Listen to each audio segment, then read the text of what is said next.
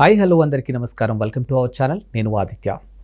AP నిరుద్యోగులకు good news అంటూ ఓ వార్త నెట్టింట చక్కర్లు కొడుతుంది. దానికి సంబంధించిన అంశం చూసుకున్నట్టయితే ఏపీలో హెచ్సిఎల్ భారీ విస్తరణ చేయబోతుంది. దాదాపుగా 15,000 ఉద్యోగులకు కార్యాచరణ శ్రీకారం చుట్టబోతుంది. సో దానికి సంబంధించినటువంటి అంశాలతో ఈరోజు మంత్రి నారా లోకేష్తో ఆ సంస్థ ప్రతినిధులు అయితే భేటీ అయ్యారు. సో మరి దీనికి సంబంధించినటువంటి అంశం గురించి మాట్లాడడానికి మనతో పాటు స్టూడియోలో ఉన్నారు ప్రముఖ టీడీపీ స్పోక్స్ పర్సన్ సూర్యదేవరలత గారు. సో మ్యామ్ని అడిగి తెలుసుకుందాం. మ్యామ్ నమస్కారం. మ్యామ్ నమస్తే. మ్యామ్, ఏపీలో నిరుద్యోగులకు గుడ్ న్యూస్ అంటూ ఒక వార్త వినిపిస్తుంది. సో దానికి సంబంధించిన అంశం చూసుకుంటే హెచ్సిఎల్ భారీ విస్తరణ చేపట్టబోతుంది. దాదాపుగా 15,000 ఉద్యోగాలు. సో చాలామంది నెటిజన్లు మాట్లాడుతున్న అంశం ఏంటంటే చంద్రబాబు నాయుడు గారు అధికారంలోకి వచ్చిన తర్వాత ఆంధ్రప్రదేశ్కి పూర్వ వైభవం రాబోతుంది అంటూ ఒక వార్త వినిపిస్తూ ఉంది. సో మరి దీని గురించి మాట్లాడాల్సి వస్తే మీరేం చెప్తారు? ఖచ్చితంగా నారా చంద్రబాబు నాయుడు గారు వస్తేనే ఉద్యోగ అవకాశాలు, ఉద్యోగాలకి జాబ్ మేళా అంటారు చూసారా, అంతే ఏపీ మొత్తం కూడా ఇప్పుడు అంత ఉత్సాహంతోనే ఉండటం జరుగుతుంది. ఎందుకంటే మొన్న మనం శ్రీ సిటీ చూసాం. సో అక్కడ 15 కంపెనీలు తీసుకురావటం, ఇంకో 5 కంపెనీలు కూడా రావటం కానివ్వండి, దీని మూలాన చాలా వరకు ఎంప్లాయ్మెంట్ క్రియేట్ అవుతుంది. సో ఏదైతే అనుకున్నారో నారా చంద్రబాబు నాయుడు గారు 20 లక్షల ఉద్యోగాలు 5 సంవత్సరాల్లో ఇద్దామనేది ఒకటి ఉంది కదా, అది ఖచ్చితంగా ఇంప్లిమెంట్ అయిపోతుంది.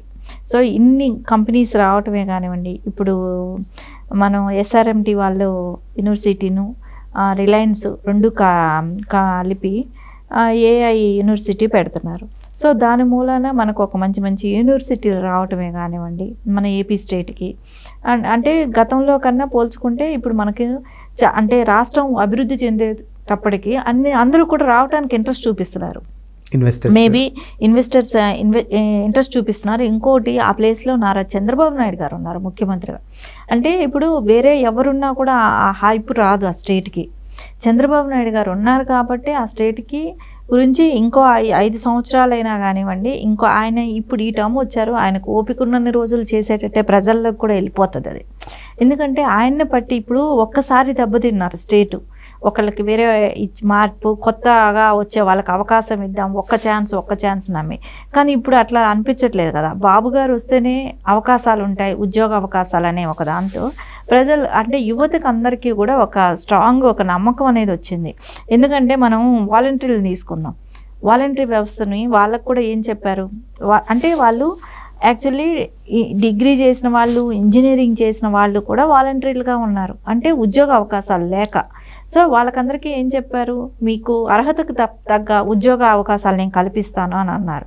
సో అదేలాగా ఇప్పుడు ఇన్ని కంపెనీస్ రావటమే కానివ్వండి, సాఫ్ట్వేర్ డెవలప్ అవటమే కానివ్వండి, ఇవన్నీ చూస్తుంటే ఖచ్చితంగా వాళ్ళకందరికీ మంచి భవిష్యత్తు ఉంది కదా. వాళ్ళ అర్హతకు తగ్గ ఉద్యోగ అవకాశాలు వాళ్ళకి వస్తాయి. ఇప్పుడు మొన్నటి వరకు మనం అమర్రాజా ఫ్యాక్టరీ పక్క రాష్ట్రానికి వెళ్ళిపోయింది అని అనుకున్నాం. కానీ అది కూడా మళ్ళీ ఏపీకే రావడం సంతోషించదగ్గ విషయం. దాంట్లో దగ్గర 10,000 మందికి ఎంప్లాయ్మెంట్ క్రియేట్ అవుతుంది అమర్రాజా దానిలో. సో అది వెళ్ళిపోయినప్పుడు అంటే జగన్మోహన్ రెడ్డి ఒక ఎలాంటి వ్యక్తి అంటే ప్రజలు సంతోషంగా సుభిక్షంగా ఉంటే ఇష్టం ఉండదు.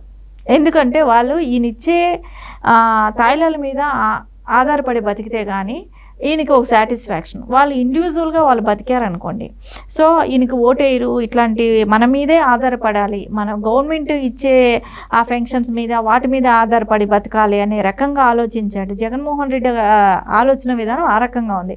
నారా చంద్రబాబు నాయుడు గారి ఆలోచన ఎలా ఉంటుందంటే వాళ్ళందరూ ఉద్యోగ అవకాశాలు ఉన్న యువత ఉద్యోగం చేయాలి, వాళ్ళు చదువుకున్న చదువుకు తగ్గట్టు వాళ్ళకు ఉద్యోగ అవకాశం ఉండాలి అనే ఒక దాంతో ఆయన కంపెనీస్ వాళ్ళ కాళ్ళ మీద వాళ్ళు నిలబడేటట్టు ఒక మంచి శాలరీస్తో ఉంటే వాళ్ళకి ఎవరి మీద డిపెండింగ్ అవసరం లేదు, వాళ్ళు ఎవరి మీద ఆధారపడాల్సిన అవసరం లేదు, గవర్నమెంట్ మీద ఆధారపడాల్సిన పనిలా వాళ్ళే తిప్పి గవర్నమెంట్ ట్యాక్సులు కట్టే అంత ఉన్నత స్థాయిలోకి వస్తారు.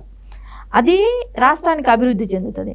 కానీ జగన్మోహన్ రెడ్డి ఆలోచన ఎంతసేపు ఏంటి, వాళ్ళకి నిరుద్యోగ భృతి ఇచ్చామా అన్నట్టు. అంటే వాళ్ళు మన మీద ఆధారపడాలి, వాళ్ళు స్ట్రైకులు చేయాలి, మాకు ఉద్యోగ అవకాశాలు లేవు అని చెప్పుకొని అడగాలి, అప్పుడు మనము ముష్టి ఇచ్చినట్టు 2,000 3,000 పడేద్దాము యువతకి. ఇలాంటివి చేయాలనే ఒక ఆలోచనతో యువతనంతా కూడా డ్రగ్స్కి, మద్యానికి, గంజాయికి ఇలా యువతనంతా కూడా డైవర్షన్ తీసుకొని ఆ రకంగా పాడు చేశారు. ఇప్పుడు నారా చంద్రబాబు నాయుడు గారు వచ్చాక కంపెనీసే కానివ్వండి, ఇదన్నీ ఫ్యాక్టరీస్ అన్నీ కూడా కంపెనీస్ రావటమే కానివ్వండి, సాఫ్ట్వేర్ కంపెనీ అభివృద్ధి చెందటమే కానివ్వండి, ఈ కాలేజెస్ కానీ రావటమే కానివ్వండి, పెద్ద పెద్ద కాలేజెస్ రావటమే కానివ్వండి, ఇవన్నీ వచ్చేటప్పటికి యువతకంతా కొంచెం చాలా బెనిఫిట్స్ అనేది ఉంటున్నాయి. కాబట్టి ఖచ్చితంగా ఇప్పుడైతే ఆంధ్రప్రదేశ్కి మంచి అవకాశాలు అన్నీ వస్తున్నాయంటే అనిపిస్తున్నాయి. గతంలో అనుకున్నదే డెవలప్మెంట్ అంటేనే బాబు గారని, ఇప్పుడు కూడా లోకేష్ గారు కూడా అదే పందాలో ఉంటాం.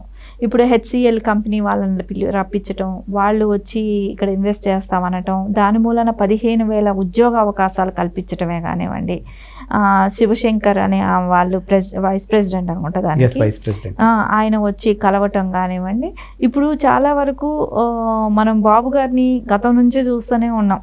అంటే ఉద్యోగ అవకాశాలకే కానివ్వండి, అన్నిటికీ ఆయన మంచి, అంటే హైదరాబాద్ లాంటి ప్రాంతంలో ఒక సిటీని సైబరాబాద్ నిర్మించారు కాబట్టి బాబు గారిని ఆ రకంగా. కానీ అదే దోవలోనే ఈరోజు లోకేష్ గారు కూడా ఇప్పుడు హెచ్సిఎల్ని తీసుకురావటం కానివ్వండి, 15,000 ఉద్యోగాల అవకాశాలు కల్పించడం కానివ్వండి, ఇవన్నీ చూస్తే కూడా మనకు నెక్స్ట్ ఇంకో హైదరాబాద్ లాంటి ఇంకొక సైబరాబాద్ లాంటి సిటీని అక్కడ కూడా నిర్మిస్తారు, అమరావతిలో కూడా అనేది అయితే ప్రజల్లో కూడా చాలా వరకు ఆ నమ్మకం రావటం కూడా జరిగింది.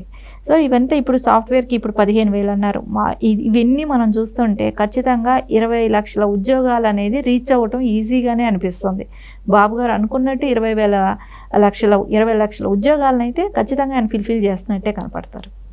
సో ఇప్పుడు ఏదైతే కూటమి ఒక సక్సెస్ గ్రేస్లో ముందుకెళ్తుందో, రానున్న లోకల్ ఎలక్షన్స్ కూడా ఉన్నాయి కదా. ఇప్పుడు మీరు అన్నట్టు హెచ్సిఎల్ కంపెనీ కానీ, లేకపోతే ఏ యూనివర్సిటీ కానీ, ఇలాంటి ఒక యూనివర్సిటీలు తీసుకొచ్చి ఇప్పుడు ఏపీని డెవలప్మెంట్ దిశగా తీసుకెళ్తున్న తరుణంలో రానున్న లోకల్ ఎలక్షన్స్లో ఈ సక్సెస్ జోర్ కంటిన్యూ అవుద్దంటారండి? ఖచ్చితంగా సక్సెస్ అనేది అవుతుంది కదా.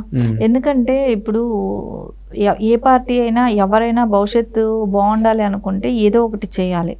పార్టీలు భవిష్యత్తు ఉండాలనుకున్నప్పుడు ఇప్పుడు సక్సెస్ఫుల్గా ఇన్ని కంపెనీస్ వస్తున్నాయి, ప్రజలకి అన్ని చోట్ల బాగున్నారు అనిపించినప్పుడు, ప్రజలు హ్యాపీగా ఉన్నారు అనిపించినప్పుడు, ఇదే కూటమి కొంచెం ఫాలో అయితేనే అప్పుడు చూస్తే బీజేపీ అంత స్ట్రాంగ్ అయితే ఆంధ్రప్రదేశ్ కాదు. జనసేన ఇప్పుడిప్పుడే పుంజుకుంటుంది, ఇప్పుడిప్పుడే వస్తుంది. తెలుగుదేశం ఆల్రెడీ ప్రజల్లో ప్రూవ్ చేసుకున్న పార్టీ. సో ఇలాంటి పార్టీతో నడిస్తే వాళ్ళకు కూడా కొంచెం బెనిఫిట్స్ అనేది ఉంటుంది. సో వాళ్ళకు కూడా ఇప్పుడు కొత్త ఒక ఛాన్స్ అంటే జగన్మోహన్ రెడ్డికి ఒక్క అవగాహన లేకుండా రాష్ట్రాన్ని అధోగతి పట్టించారు. ఎవరైనా కూడా ఇప్పుడు నారా చంద్రబాబు నాయుడు గారు లాంటి లెజెండరీ పర్సన్, ఆయన దగ్గర గైడెన్స్ అన్నట్టు అంటే పార్టీలకి పక్కన పెట్టండి, పార్టీలకు అతీతంగా. సో అలాంటి పర్సన్ దగ్గర ఒకళ్ళు నేర్చుకోవటం అనేది చేస్తే రేపు పొద్దున వాళ్ళకి కూడా బెనిఫిట్స్ ఉంటాయి, వాళ్ళ పార్టీకైనా బెనిఫిట్స్ ఉంటాయి. సో ఖచ్చితంగా అదైతే అందరూ ఫాలో అవుతారని అనిపిస్తుంది. సో ఇక్కడ పార్టీలు కాదు, ముందు ఫస్ట్ రాష్ట్ర అభివృద్ధి కావాలనేది ఇప్పుడున్న ఈ కూటమి ప్రధాన లక్ష్యం. ఫస్ట్ అమరావతి, ఏపీ ప్రజలు, ఆంధ్రప్రదేశ్ అనేది ఒక రాష్ట్రంకి ఒక క్యాపిటల్ సిటీయే కానివ్వండి, ఆంధ్రప్రదేశ్కి ఒక రూపురేఖలు తీసుకురావాలనేది లక్ష్యంతోనే ఈ రోజున ఈ కూటమి ప్రభుత్వం పనిచేస్తుంది.